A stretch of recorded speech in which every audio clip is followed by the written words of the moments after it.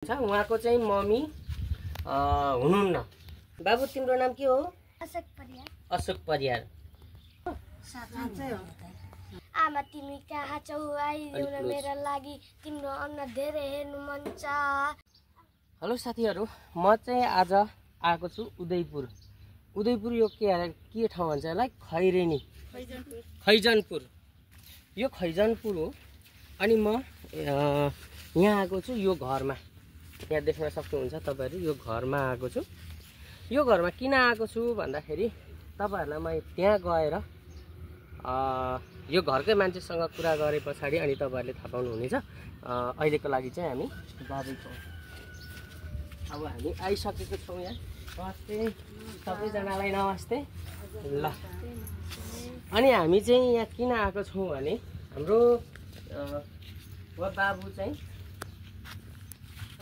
उहाँ बाबु हुनुहुन्छ। उहाँको चाहिँ मम्मी हुनुहुन्न। मम्मी हुनुहुन्न मतलब चाहिँ मम्मी हराउनु भएको। फेरि अब कतै गएको बितेको त होइन, हराउनु भएको होइन त। अनि म त्यही सेरोफेरोमा भिडियो बनाउनका लागि म यहाँ आइपुगेको छु। हामी सबैजना छौँ यहाँनिर। अनि यहाँनिर बाबुको भाउजू यता हुनुहुन्छ, त्यहाँ पनि देखाउँछु। भाउजू हुनुहुन्छ। म यहाँ आइपुगेको छु। अब म बाबुसँग केही कुरा गर्न चाहन्छु। तपाईहरुले यो कुरा चाहिँ स्वीकार दिनु होला। यो भिडियो हेरेर शेयर सक्दो गरिदिनु होला सबैजनाले। बस्नु त तपाईहरु यहाँनिर। बाबु बस यहाँ। बाबु यहाँनिर आऊ। यहाँ बस। तपाईँ बस्नु त्यता। सबै क्याप्चर गरे।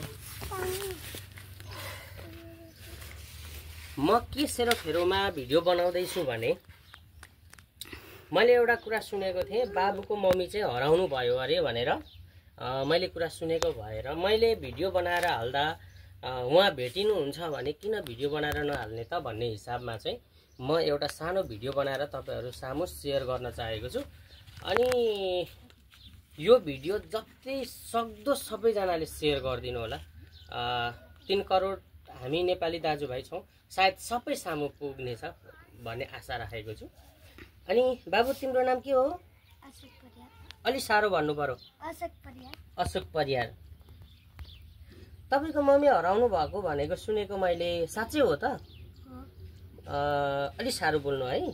साँच्चै हो त? कति वर्ष भयो? 2 वर्ष। 2 वर्ष भयो। तपाईको मम्मी कहाँबाट हराउनु भएको? कप्पनको चुनी खेलबाट। काठमाडौँ कपन चुनी खेलबाट। तपाईको मम्मी हराएको 2 वर्ष भयो। बाबुले भनेको कुरा साँच्चै हो त? साँच्चै हो। कतिजना हुनुहुन्छ दाजुभाइ? 2 जना अनि एउटा दिदी। 2 जना एउटा दिदी। दिदी कहाँ हुनुहुन्छ? काठमाडौँ। अनि दादा? विदेशमा हुनुहुन्छ। दादाहरूले चाहिँ खोज्नुपर्छ, खोजौँ भन्ने कुरा गर्नुभएको छ कि छैन? गर्नु भएको छ। अहिले चाहिँ यहाँ तपाईँ कोसँग बस्नुहुन्छ? ठुलो मम्मी ठुलो बासँग। तपाईँ काठमाडौँबाट कसले लिएर आयो यहाँ? ठुलो मम्मीले लिएर आउनुभयो। अनि यहाँ तपाईँ ठुलो बा ठुलो मम्मीकोमा बस्नुहुन्छ। तपाईँ अहिले कतिमा पढ्दै हुनुहुन्छ? कक्षा 3 मा। मम्मीलाई के भन्नुहुन्छ त? यो हाम्रो भिडियो मार्फत मम्मीलाई के भन्नुहुन्छ त? यो भिडियो हेरेर मम्मी मेरो मसँग आइदिनु होला। कन्ट्याक्ट दाइहरुलाई गरेर आइदिनु होला। सम्पर्क गर्नु होला। मसँग कन्ट्याक्टमा आइदिनु होला। त्यति कन्ट्याक्टमा आए सम्पर्क आए भइहाल्यो नि, किन होइन? जहाँ भए पनि आउनु होला। अनि भेट्न देख्न पाइयो त्यही खुसी लाग्छ होइन? भिडियो गरेर खोजिरहेछौँ भन न। अनि मैले एउटा कुरा सुनेको क्या, तपाईँ राम्रो र्याप हान्नुहुन्छ अरे हो? तपाईँ राम्रो र्याप हान्नुहुन्छ अरे, त्यो पनि मम्मीको लागि हो त? मम्मीको लागि र्याप गर्नु भएको छ। तपाईँ चित्रहरू पनि बनाउनुहुन्छ अरे, तर धेरै जस्तो मम्मीको लागि र्याप बनाउनुहुन्छ अरे, गीत गाउनुहुन्छ अरे, आफैले बनाउनुहुन्छ अरे हो त? ल, त्यसो भए साथीहरू, मम्मीको लागि चाहिँ एकदमै धेरै माया गर्ने मम्मीलाई उहाँले मम्मीको लागि चाहिँ र्याप पनि गाउनुहुन्छ भन्ने कुरा सुनेको थिएँ र मैले पनि अलिकति सुनेको थिएँ अघि। मलाई चाहिँ एकदमै मन छुयो। तपाईहरुलाई कस्तो लाग्छ बाबुलाई थोरै र्याप गीत गाउनका लागि हामीलाई पनि राम्रो लाग्यो नि अब थोरै गीत गाउनका लागि म चाहिँ बाबुलाई यहाँ अनुरोध गर्छु एउटा र्याप गाउँ है त मम्मीको लागि है ल क्यामेरा टक्क फोकस गरिदेऊ मम्मीको लागि मेरो क्यामेराम्यान चाहिँ हुनुहुन्छ मेरो सहकर्मी मनिषाजी हुनुहुन्छ ल एउटा राम्रो अलिकति लाउड स्वरमा राम्रो ल अलि साउन्ड बढाएर 1 2 3 गो मेरी आमा प्यारी आमा संसार की प्यारी आमा आमा तिमी कहाँ छौ आइदेऊ न मेरो लागि तिम्रो अनुहार धेरै हेर्नु मन छ आमा तिम्रो मन हेर्नु छ कता छौ आमा छिटै आउन तिम्रो माया कति छ कता छौ सन्चै छौ आइदेऊ न आमा यही छोराको लागि आइदेऊ न आमा यही छोराको लागि सन्चै त छौ होला आमा खबर के छ आउनु न बस्नु न तपाईँ कहाँ उठेर भएको बस्नु चाहिँ आउनु आइदेऊ न मेरो लागि छिटो आमा तिम्रो अनुहार हेर्नु मन छ मलाई सानोमा छोड्यौ भन्दैमा मन दुखाएको छुइनँ कता छौ तिमी के गर्दैछौ आमा मेरो मुटु ढुकढुकाउँछ तिम्रो यादबाट कहिले कहाँ पुग्छौ मेरी आमा सबैभन्दा राम्री छ मेरी आमा सबैभन्दा राम्री छ धन्यवाद ल साथीहरु तपाईहरुलाई कस्तो लाग्यो आमाप्रतिको माया के हो भन्ने कुरा चाहिँ यो बाबुबाट सिक्नुपर्छ जस्तो लाग्यो मलाई चाहिँ त्यस्तो लाग्यो हैन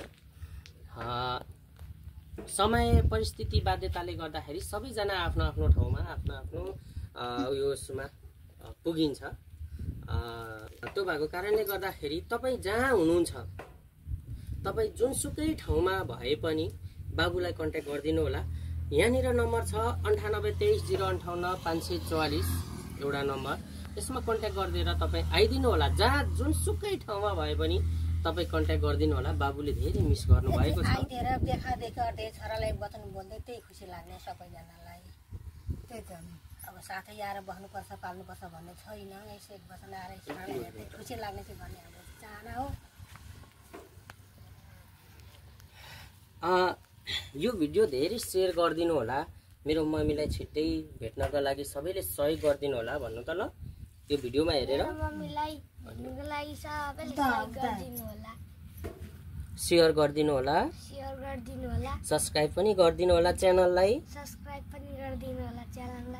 र मम्मी जहाँ हुनुहुन्छ एकचोटी मेरो कन्ट्याक्टमा आउनु होला भन्नु त मम्मी जहाँ हुन्छ मेरो कन्ट्याक्टमा आइदिनु होला अनि तपाईहरुलाई कस्तो लाग्यो बाबुको कुरा सुनेर एकदम राम्रो लाग्यो म त खुसी लाग्यो मलाई चाहिँ बाबुको गीतले मन छुयो तपाईहरुलाई कस्तो लाग्यो के भएको छ मलाई चाहिँ थाहा छैन के भएको छ अनि उदयपुरमा रहेको यो भुल्केदेखि अलि यता यो ठ्याक्कै यसको एक्ज्याक्टली ठाउँ चाहिँ के भन्छ